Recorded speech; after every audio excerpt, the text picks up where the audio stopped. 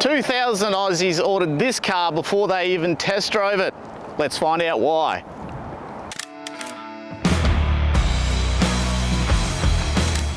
All right guys, let's talk about a bit on performance with this thing, and most importantly, because it obviously is a plug-in hybrid, it's got a petrol engine. Yes, it does. Does it have some electrical motors? Yes, it does. 2 to be exact.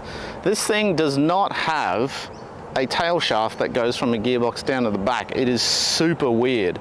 So you've got an electric motor in the bum driving the rear wheels, and you've got one up here and a petrol engine up here. How crazy is that? But let's talk some numbers real quick. This thing's actually faster than a Ranger Raptor. 321 kilowatts of unbelievable electrical petrol power. So when you are comparing this thing to the Ranger Raptor, is it faster? Yes, it is. Has it got more tech in it? Yes, it does. Is it cheaper? Also yes. So it's winning at the moment, isn't it? So make sure you keep your sausage between your bread at the Bunnies car park, because your DIY dads, your tradies, are circling and they're coming for this thing. And at under 60 grand, I can see why. This thing has a plethora of options with a massive amount of power to run anything like power tools, fridges, anything you can plug in at home, you can plug it into this vehicle. Look at the room that you've got on the top. So when you do end up going to Bunno's and you grab your wood for whatever job you're doing, plenty of roof space, you got options with the racks, and it's going to get the job done at the end of the day.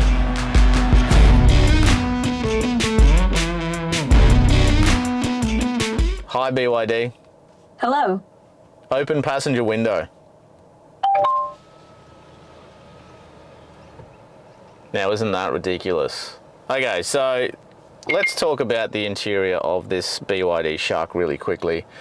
It's got everything that you would find in a modern four-wheel drive dual cab, you know, switches for all your windows and your mirrors over here on the driver's side, steering wheel with an absolute plethora of options on it as well. It does have some old school switches in the center here for things like hazards and start stop, all that type of stuff. The shifter is a little bit funky. It does take a little bit of getting used to, just because it's got that very hybrid type vibe to it, rather than a good old shover in park and shover into drive. So that is a little bit interesting. But other than that, it doesn't feel abnormal. A couple of cool features though. This steering wheel is girthy, so it's got a great feel in the hand, leather wrapped as well. It's got a little bit of funky non-joiningness going on here, which I don't know if that's supposed to be like, I don't know, like that or not. It's obviously a design feature. Anyway, all of the dash, however, is digital. It is a screen for your instrument cluster. There you go, that's an old word. And the display for the infotainment system is redonkulously large. As you can see, it looks like a 12-inch display to me. It is Bluetooth compatible for things like Android Auto and CarPlay, so you can utilize that. As you just heard me say at the start of this, I can actually talk to the vehicle and it can do certain features as well. So it is very tech savvy. The screen even moves by itself at the touch of a button. Isn't that ridiculous? You end up with like a tablet looking thing, which is very, I don't know, for an in-car type situation, just seems unnecessary, but it's cool. It's a cool feature. So you've got everything that you need at your fingertips. The chairs, this does have a leather interior, this particular model. They are super comfortable. You've got automatic adjusting seats, back, forward, all the things that you'd want in a modern day four-wheel drive. So with that, how about we go for a quick drive and we'll just kind of see how this thing feels on the road.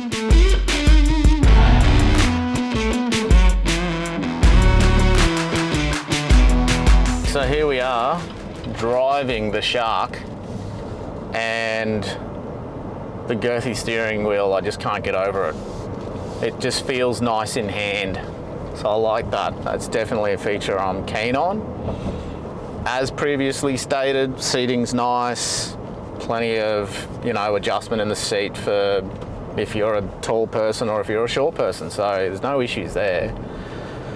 Everything at your fingertips. It does have an amazing head-up display. That's like tight. It's super clear. Other brands don't do it as well as this. That's definitely something I can attest to. I just feel like this one is way more predominant. You don't have to really do that to see where it is. It's just there. So I like that a lot. The suspension is definitely a little bit wallowy for my liking, but I used to drive a farm truck every day of the week. So look, it's more car-like. And like I mentioned, definitely Y62-like as well with that rear suspension setup in the bum. Is that a bad thing? No, of course not, because people are going to be bringing out suspension components for this for sure. So I don't think it's really going to be a problem. Cool feature, you turn your indicator on and this camera comes up on the display to actually show you what's beside you on the left-hand side or the right-hand side, depending on which way you're turning. But it's comfortable. It is super car-like, which is obviously appealing. That's my favorite word, if you didn't know. Obviously, it's obviously a to a lot of people who kinda aren't really ute space type of people. What do I mean by ute space? If you haven't had a four-wheel drive before, that's what I'm talking about. Sorry, I'm talking Brent language. You'll have to get used to it. But it is a car. There you go. Please focus on driving. It has cameras in the A-pillar that basically watch your eyeballs and it'll alert you. Now you can hear how quiet it is that we literally pulled up to the lights. No engine noise, which is weird. I'm not a fan of that, but that's just because I'm a rev head. But that's hybrid life for you. And it's stupid quick. Holy, put your foot down in this thing and you're gone. So it's definitely city ready. If you're at the lights and you want to get in front of someone, definitely get from 0 to 60 in no time at all. So it's impressive. It actually is impressive. The cab's definitely a nice place to be. So for a long distance trip, I don't think you would be feeling tired after it. You'd get out of the vehicle feeling like, cool, that was actually comfortable. I enjoyed the drive. Infotainment's great. The stereo is actually quite good as well. I was pretty impressed about that. So it's definitely ticking a lot of boxes for comfort as far as a cabin goes. So yeah, I'm pretty impressed with it. Like for the price point of where it sits in the market, you're gonna be pretty hard to beat something like this at that kind of dollar.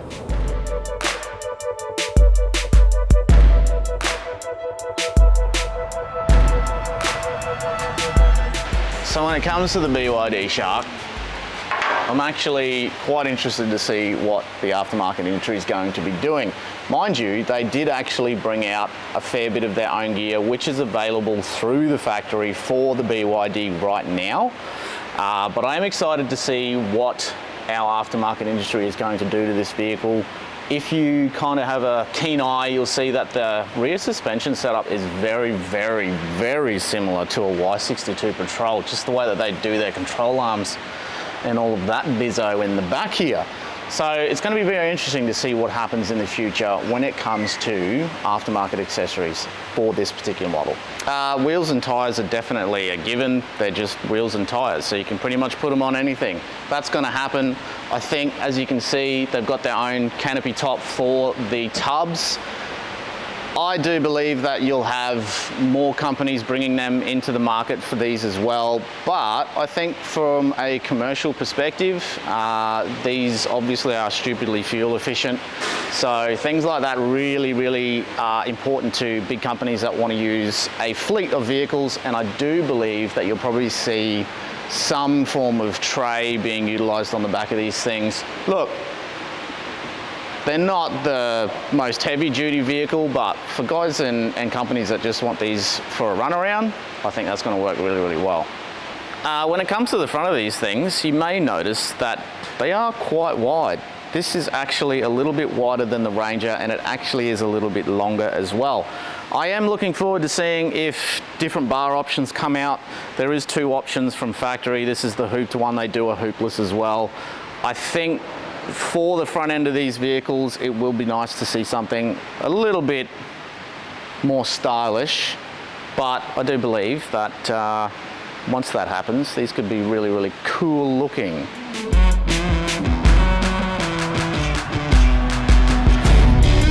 Well, when it comes to warranty, this thing has got a 6-year warranty, 160,000 K, whichever comes first, and your battery is actually going to outlast your vehicle warranty because they warrant that for 8 years. When it comes to the servicing side of it, yes, you are going to have to take it to a dealer, but that's basically every other new car in Australia. You're going to be doing that to keep and maintain warranty anyway. So not too bad. It's keeping up with everybody else that's in the market anyhow. When it comes to towing, this is definitely not a vehicle that you would buy to tow the family caravan. It's only got a 2.5 ton rated tow capacity, and these things don't do great distance-wise when you do put that kind of weight behind them. But again, if you are looking at this as a bit of a runaround, something that you can tow a box trailer every now and then, even the jet ski down to the boat ramp or the tinny, it's definitely going to do that, and it won't have any dramas doing that on the weekend for you. So is it a tow pig? No, it's not. Don't buy it. If you want to tow something heavy, it's not built for that.